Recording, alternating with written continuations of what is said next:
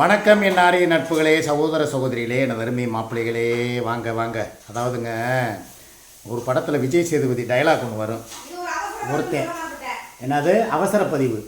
ஆமாம் டேய், இது ஒரு அவசர பதிவு அத்தியாவசியமான பதிவு.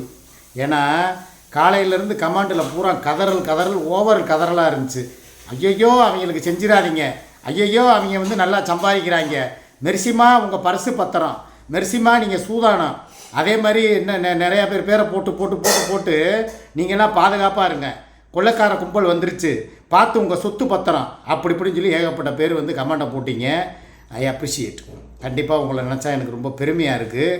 ஆனால் இந்த இடத்துல தான் நான் சொன்ன விஜய் சேதுபதியோடைய டைலாக் ஒன்று.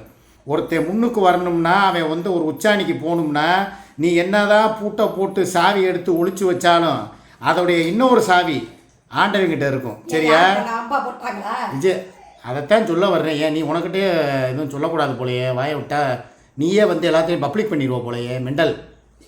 அதை மாதிரி இன்னொரு டைலாக்கும் அவன் ஞாபகம் வரும். அந்த சாவி தொலைஞ்சே போனாலும் ஆண்டவங்கிட்ட ஒரு சாவி இருக்கும். என்னதான் பூட்டை போட்டு நீ மூடுனாலும் ஒருத்தன் முன்னேறணும்னு நினச்சா அவன் முன்னேற்றத்தை தடுக்க முடியாது. கடவுள் நினச்சா மட்டும்தான் அது முடியும். ரைட்டா? அதை மாதிரி இன்னொரு டைலாக் ஒன்று இருக்குது. அந்த நான் அடித்த அப்பாயின்மெண்ட் ஆர்டரு, நான் அடித்த மணி அந்த கடவுளுக்கு கேட்டுச்சோ இல்லையே கவர்மெண்ட்டுக்கு கேட்டுச்சுன்னு சொல்லி ஒரு டைலாக் சொல்லுவார். பிச்சுமணின்னு சொல்லி ஒரு கேரக்டராக வருவார் பற்றிங்களா, வடிவேலு. அதில் சொல்கிற டைலாக் அதான். நான் இப்போ கொடுத்த குரல் அங்கே கேட்டுருச்சு அப்படிம்பார்ல. அதை மாதிரி நான் யாருக்காக அந்த வீடியோ போட்டேன் அப்படிங்கிறது உங்களுக்கு தெரியும். நான் ஆரம்பத்திலே சொல்லிட்டேன், எனக்கு அன்பு ஒன்றே போதும், அன்பளிப்பு வேணான்ட்டேன். அதை பற்றி நான் விவரமாக சொல்ல வேணாம். எனக்கு என் தங்கச்சியை நீ கூப்பிடலை அந்த வீடியோவை பார்த்துட்டு. ஆனால் வேறு யாரும் கூப்பிடலை. ஆனால் கூப்பிட வேண்டிய இடத்துல இருந்து ஒருத்தவங்க கூப்பிட்டாங்க. அவர் யாருங்கிறது உங்களுக்கு தெரியாது, தெரியும். ஆனால் இப்போதைக்கு நான் அதை முழுசாக சொல்ல வேணாம். ஏன் சொன்னால் என்ன, நீங்கள் என்ன போய் அவரை போய் எதுவும் சொல்ல போகிறீங்க? அவரே சொல்லிட்டார், நீங்கள் இதை பற்றி பேசினாலும் கவலை இல்லைன்ட்டார்.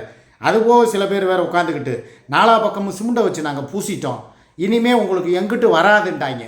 அவங்க பூசினதுக்குள்ளே அவங்களே போய் உள்ளே உட்காந்து சீவசமாதி அடைஞ்சிக்கிறட்டும். அது நம்மளுக்கு தேவையில்லை. இது இரும்பை வச்சு அடைச்சா கூட தகத்துட்டு வர்ற ஒரு ஆள் இது. சரியா? என் தலைவன் சிங்கம் களத்தில் இறங்கிட்டார், சிங்கப்பூர் முருகேசன். எனக்கு ஆல்ரெடி காலையில் நான் வீடியோ போட்டதே ரம்ஜான் மாதம் ரொம்ப சிரமமாக இருக்குது, என்ன பண்ணலாம், எனக்கு இல்லாட்டினாலும் என் குடும்பத்துக்காக ஏதாவது உதவி தேவைப்படும்னு சொல்லி தான் சொன்னேன்.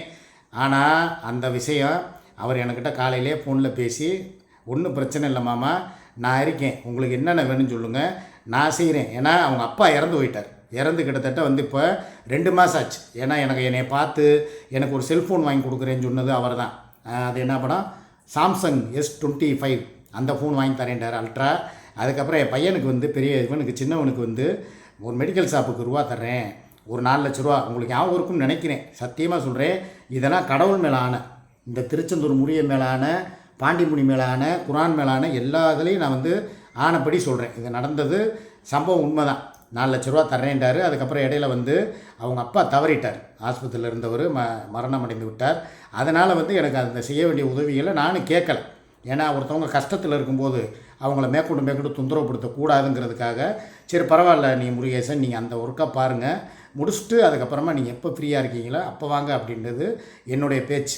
நான் எப்பயுமே ஒருத்தவங்க யோசிப்பாங்க, ஒருத்தன் நம்மளை போட்டு பிக்கல் பிடுங்கல் பண்ணுறானா, இல்லை நம்மளை பற்றி செய்கிறேன்னு சொல்லிவிட்டு நம்ம செய்யலைங்கிறதுனால நம்ம சூழ்நிலைகளை புரிஞ்சுக்கிட்டு நடந்துக்கிறானா, இல்லை ஆத்திரத்தில் வார்த்தைகளை கொட்டுறானா, இல்லை பொறுமையாக இருக்கானா அப்படின்னு சொல்லி சில பேர் சோதிப்பாங்க. பணக்காரவங்க, கொஞ்சம் உயர்ந்த இடத்துல இருக்கிறவங்க, மேன்மக்கள் எப்பயுமே பொறுமையாக இருந்தால் என்றைக்கு இப்போயும் ஒன்றும் கெட்டு போகல. இப்போ மெர்சிமாக்கிட்ட நீங்கள் என்னையை பற்றியும் என் குடும்பத்தை பற்றியும், இவன் பல லட்சங்களில் சம்பாதிக்கிறான், இவனுக்கு என்ன பணம் இல்லையா, நகை நட்டு வாங்கி கவட்டக்குள்ளேயே கொட்டுறேன், இவனுக்கெல்லாம் ஏன் செய்கிறீங்கன்னு சொல்லி நீங்கள் இப்போ அந்த அம்மாவை பிரெயின் வாஷ் பண்ணி வச்சுருக்கீங்கிறது எனக்கு தெரியும்.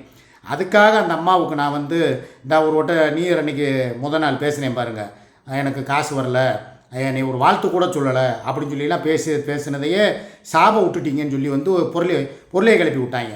அந்த மாதிரி நடந்துடக்கூடாதுங்கிறதுக்காகத்தான் நான் பொறுமையாக போகிறேன். என் பொறுமைக்கு உண்டான பலனை ஆண்டவன் கொடுத்துட்டான். இது எல்லாருக்கிட்டையும் நான் மகிழ்ச்சியாக தான் சொல்கிறேன். திருப்பி என்னுடைய சகோதரர் மாப்பிள்ளை என்னை மாமான்னு சொல்லி உரிமையாக கூப்பிட்றவர் சிங்கப்பூர் முருகேசன் திருப்பி வர்றாரு.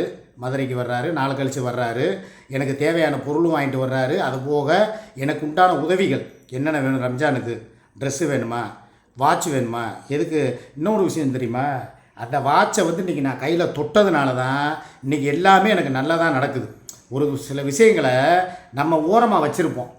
என்னடா நம்ம வாழ்க்கையில் இவ்வளோ பிரச்சனை ஓடிக்கிட்டு இருக்குது, என்ன இருக்கும் அப்படிங்கும்போது அந்த மெர்சிமாவுடைய வாட்ச், அந்த வாட்சை வந்து நான் எப்போ கையில் எடுத்தேனோ அன்னையிலேருந்து எனக்கு நல்ல நேரம் ஸ்டார்ட் ஆயிடுச்சு.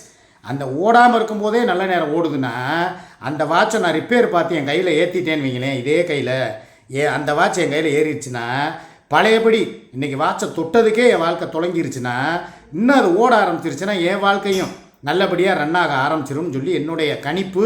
அது கடவுள் மேல் ஆணையா, கர்த்தர் மேல் ஆணையா, அந்த முருகை மேல் ஆணையா, அந்த எங்கள் அல்லா மேல் ஆணையா சொல்கிறேன், நல்லது நடக்க ஆரம்பிச்சிருச்சு. இதனால் நான் வந்து உங்களுக்கு தான் நன்றி சொல்லணும். ஏன்னா உங்கள் கமெண்ட்டை பூரா எல்லாருமே பார்த்துக்கிட்டு தான் இருந்தாங்க. அவரும் பார்த்துருக்குறாரு, இன்னும் சில சகோதரர்களும் பார்த்துருக்காங்க, இன்னும் சில சகோதரிகளும் பார்த்துருக்காங்க.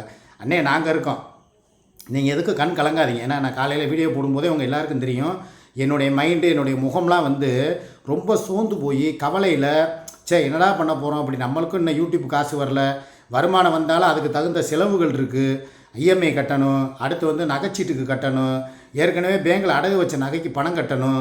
இவ்வளோ பிரச்சனைக்கு நடுவில் நம்மளுக்கு ரம்ஜான் வருது, நம்ம குடும்பத்துக்கு எப்படி நல்லது புள்ளது வாங்கி கொடுக்குறது, துணிமணி எடுத்து கொடுக்குறது, பேரனுக்கு நல்லது செய்யணுமே, பிள்ளைகளுக்கு நல்லது செய்யணுமே, இவளுக்கு ஏதாவது ஒன்று செய்யணுமே, இவ பிள்ளைகளுக்கும் ஏதாவது செய்யணுமே, இப்படி யோசிச்சுக்கிட்டு இருக்கும்போது எல்லாத்துக்கும் யாம் இருக்க பயமேன், இந்த முருகேசன் இருக்க பயமேன். நல்லா கேட்டுக்கங்க, சரவணன் இருக்க பயமேன். முருகன்கிற பேருக்கு இன்னும் பல பேர் இருக்குது. சரவணன், அப்புறம் முருகேசன், அப்புறம் வந்து கந்தன், இந்த மாதிரி ஏகப்பட்ட பேர் இருக்குது. அதில் வந்து கடவுள் மாதிரி வந்தவர் நம்ம முருகேசன். இப்போ முன்னால் நிற்கிறது அவர் தான்.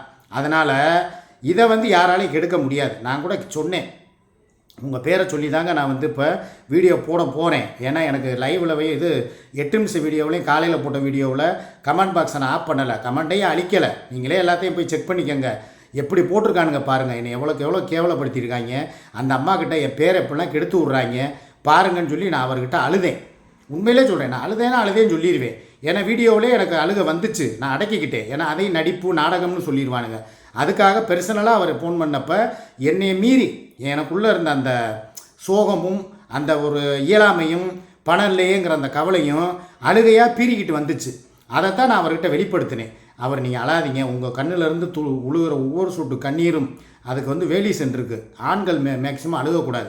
அதுலேயும் நீங்கள் வந்து எங்களெல்லாம் சிரிக்க வைக்கிறவர், நீங்கள் ஒரு மக்கள் கலைஞன், நீங்கள் வந்து ஒரு காமெடியாக எங்களை வந்து எத்தனையோ நாள் எங்கள் கவலைகளை நீங்கள் தீர்த்துருக்கீங்க. அதனால் உங்களுக்கு ஒரு கஷ்டம்னா நாங்கள் முன்னால் வந்து நிற்போம் அப்படின்னு சொல்லி இப்போ எனக்காக அதை நான் சொல்லக்கூடாது, சாயங்காலம் 6 மணியில் இவ்வளோ சொல்கிறேன், இப்போதைக்கு இதை நீங்கள் செலவுக்கு வச்சுக்கோங்கன்னு சொல்லி ஒரு சிறிய தொகை, எப்படியும் அவர் போட்டால் 10,000 ரூபாய்க்கு கீழே போட மாட்டார், அதுக்கு மேலே தான் அது ஒரு தொகை, அதை நான் சொல்கிறேன். ஏன்னா இப்போ நான் கேட்டேன்னா உடனே வந்துக்கிட்டு அங்கேருந்து சுமி வந்துடுவா, எனக்கு காசு இல்லை, எனக்கு என் பிள்ளைக்கு கொடு, எனக்கு கறியை வாங்கி கொடு, எனக்கு வந்து அதை செய் இதை செய்யின்னு சொல்லி வந்துடுவா. அதனால் ஒரு தொகை வந்திருக்கு, அது வந்து ரம்ஜானுக்கு முன்பணமாக இதை நீங்கள் வச்சுக்கோங்க. செலவுக்கு காசு இல்லைங்கிறீங்க, இப்போதைக்கு இதை வந்து வச்சு செலவு பண்ணுங்கள். இன்னும் ஒரு 2-3 டேஸில் நான் நேரில் வந்துடுவேன். வரும்போது உங்களுக்கு என்னென்ன வேணுங்கிறதோ கேளுங்க, உங்கள் தேவைகளை நான் நிறைவேற்றி வைக்கிறேன். கண்டிப்பாக நான் உங்களை கைவிட மாட்டேன். எங்கள் அப்பா இறந்துருந்தப்போ நீங்கள் என்னை டார்ச்சர் பண்ணாமல், சரி இப்போ வரைக்கும் அவருக்கு நான் ஃபோன் பண்ணி 2 மாதம் ஆச்சுங்க, கடவுள் மேலே ஆணையா சொல்கிறேன், 2 மாதமாக அவருக்கு எங்கள் அம்மா மேலே சத்தியம், என் தலை மேலே சத்தியம், பப்பு மேலே சத்தியம். இன்றைக்கி தான் அவர் வந்து ஒரு ரிட்டன் எனக்கு வந்து மெசேஜ் போட்டு அதுக்கப்புறம் தான் நான் அவருக்கு பேசினேன். மனசுக்கு ரொம்ப நிம்மதியாகவும் சந்தோஷமாகவும் எனக்கு இருந்த கவலைகள், ஏன்னா என்னை சுற்றி வந்து என்ன நடந்துக்கிட்டு இருக்குன்னு சொல்லி எனக்கு தெரியலை. அதாவது எனக்கு உதவியே செய்யக்கூடாதுன்னு சொல்லி பல பக்கமும் எனக்கு சூழ்ச்சி வலை பின்னிக்கிட்டு இருக்காங்கிறது மாத்திரம் எனக்கு நல்லா தெரியும். ஏன் மியாவையும் எனக்கு பணம் கொடுக்க விடாமையும் டாலர் போட விடாமையும் தடுத்துட்டாங்க. மலர்தனியல் என்னுடைய சகோதரி, கூட பிறக்காத சகோதரி, அவங்களையும் வந்து நீங்கள் சூப்பர் சாட் பண்ணக்கூடாதுன்னு சொல்லி தடுத்துட்டாங்க. இன்னமும் மெர்சி சிஸ்டர் என்னுடைய அருமை சகோதரி, என் கூட பிறக்காத என் தங்கச்சி, அவங்களையும் தடுத்துட்டாங்க. எனக்கு இரத்தத்தின் இரத்தமான, அதாவது எனக்கு ரொம்ப நெருங்கின, எனக்காகவே எனக்கு ஒரு பிரச்சனைனா எங்கள் அம்மா வீடு பாத்தியாவுக்கு கூட பண உதவி செஞ்சவங்க என்னுடைய மரியா சிஸ்டர், அவங்களையும் தடுத்து நிறுத்தி எல்லா பக்கமும் எனக்கு கேட்டு அடைச்சி எனக்கு ஒரு மாதிரி பண்ணாங்க. இந்த ஒருத்தன் சொன்ன மாதிரி ஒரு தேனாமையை ஒருத்தன் சொன்னேன், சிமெண்ட்டை வச்சு பூசிட்டோம், கலவையை போட்டேன்னா அவனை தூக்கி தான் இப்போ சமாதிக்குள்ளே உட்கார வைக்கணும் உள்ளுக்குள்ளே நடுவில். அவனுக்கு அதுக்கு நேரம் வந்துருச்சு. அதனால் எல்லா பக்கமும் சூழ்ச்சி வலையை பின்னினப்ப எனக்கு இது தெரியாது ஆக்சுவலாக என்ன நடந்துக்கிட்டு இருக்குது இந்த யூடியூப்பில், நம்மளுக்கு பின்னால் என்னென்ன பேசிக்கிட்டு இருக்காங்க, அவங்களையெல்லாம் எப்படி யார் யாரை போய் காசை கொடுத்து விலைக்கு வாங்கிட்டு இருக்காங்கங்கிறதெல்லாம் தெரியாமையே வாழ்ந்துக்கிட்டு இருந்தேன். ஆனால் இப்போ எவ்வளோ பெரிய விஷயத்தையும் தகர்த்துட்டு ஒரே ஒருத்தர் மாத்திரம் இல்லை, இன்னும் பல பேர் அவரை பார்த்து என் பின்னால் ஃபாலோ பண்ணி எனக்காக உதவி செய்கிறதுக்கு வரிசையாக வர்றாங்கங்கிறத மாத்திரம் நான் உங்கள்கிட்ட சொல்லிக்கிறேன். என்ன தான் நீங்கள் கதறினாலும் கத்துனாலும் நான் பார்த்தேன் என் மேலே எப்படி பேர் எதிரியாக இருக்காங்க, எவ்வளோ பேர் வந்து நட்பு ரீதியாக அதில் கமாண்டு போடுறேன்னு பார்த்தேன். ஆனால் கமாண்டில் பூரா காசை கொடுக்காதீங்க, எல்லோரும் விலைக்கு ஓடிடுங்க, இவங்க சம்பாதிக்கிறாங்க, இவங்களுக்கு யூடியூப் வருமானம் வருது, பல லட்சங்கள் பல கோடிகள் ஒரு கோடி பேன்னு சொல்லி ஏகப்பட்ட பேர் உங்களுடைய வைத்தறிச்சலை அதில் கொட்டியிருந்தீங்க. நீங்கள் வகுறு எரியதான் என் வாழ்க்கை வளமாகிக்கிட்டே போகும். ரைட்டா? ரொம்ப சந்தோஷமாக இருக்குது. இது முதல் முயற்சி தான். இதுக்கு பிள்ளையார் சொல்லி போட்ட சிங்கப்பூர் முருகேசனுக்கு ரொம்ப ரொம்ப நன்றி. இதை பார்த்து அடுத்தடுத்து எனக்கு நிறைய உதவிகள் வரும்னு எனக்கு ஆணித்தரமாக தெரியும். நம்ம ரம்ஜான் நான் போடுற பிரியாணி தான் அவரும் சொல்லிட்டார். இன்னொரு விஷயத்தையும் உங்கள்கிட்ட மனதார சொல்லிக்கிறேன், மன மகிழ்ச்சியோட மன நிறைவோடையும் சொல்கிறேன். யார் என்ன சொன்னாலும் பிரச்சனை இல்லை ப்ரோ, நீங்கள் குறைஞ்சது ஒரு 50 பேர்லேருந்து ஒரு 100 பேருக்காவது உங்கள் கையால் உங்கள் அம்மாவை நினச்சி, உங்கள் அப்பாவை நினச்சி, உங்கள் இறந்து போன உங்கள் நடுமையன் அவனை நினச்சி நீங்கள் பாத்தியா ஓதி பார்சல் போட்டு எல்லாத்துக்கும் கொடுங்க. அந்த காசை நான் ஏற்றுக்கிறேன், அந்த செலவை நான் ஏற்றுக்கிறேன். உங்கள் அம்மாவை வந்து எங்களுக்கு ரொம்ப ரொம்ப பிடிக்கும். ஏன்னா உங்கள் அம்மா உயிரோடு இருக்கும்போதே லைவ்லாம் வந்து ஆசீர்வாதம் எனக்கு பண்ணியிருக்காங்க. அதுக்கப்புறம் தான் எனக்கு ஜெர்மனில் வேலை கிடச்சி, அவருக்கு ஜெர்மனில் போய் வேலை கிடச்சிருக்கு, சிவகங்கைக்காரர் அவர். ஜெர்மனில் வேலை கிடச்சி நான் அங்கே போய் நிறையா ஒர்க் பண்ணி சம்பாரித்து செட்டில் ஆகிட்டேன்.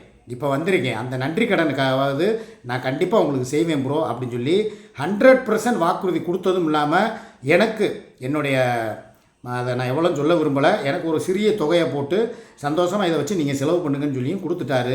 ரொம்ப ஹாப்பி. எனக்கு யூடியூப் வருமானம் இன்னும் வரலை. இன்றைக்கி என்ன கிழமை? புதனா வியாழனா? இன்னையிலேருந்து இன்னும் 3-4 நாள் ஆகும். எப்படியும் அடுத்த வாரம் திங்கக்கிழமை தான் பணம் வரும். அது வரைக்கும் பணம் இல்லாமல் முழிச்சுக்கிட்டு இருந்த எனக்கு ஒரு கடவுளாக வந்து உதவுன அந்த உள்ளத்துக்கு ரொம்ப ரொம்ப நன்றியை தெரிவிச்சுக்கிறேன். எனக்காக செல்ஃபோன் வாங்கி தரேன்றதுக்கும் நன்றி, என் பையன் விஷயத்தில் அக்கறை எடுக்கிறதுக்கும் நன்றி, என் குடும்பத்து மேலேயும் சூர்யா மேலே எல்லார் மேலேயும் அக்கறை எடுத்ததுக்கு ரொம்ப ரொம்ப நன்றி. கண்டிப்பாக சொல்கிறேன், மென்மேலும் என்னுடைய ஆசீர்வாதமும் என்னுடைய தாய் தந்தையர் அவங்களுடைய ஆத்மாவும் உங்களுக்கு ஆசீர்வாதத்தை கொடுக்கும். கண்டிப்பாக நீங்கள் இன்னும் மேலும் மேலும் வளரணும், இன்னும் உங்களுக்கு செல்வ செழிப்பாக வரணும்.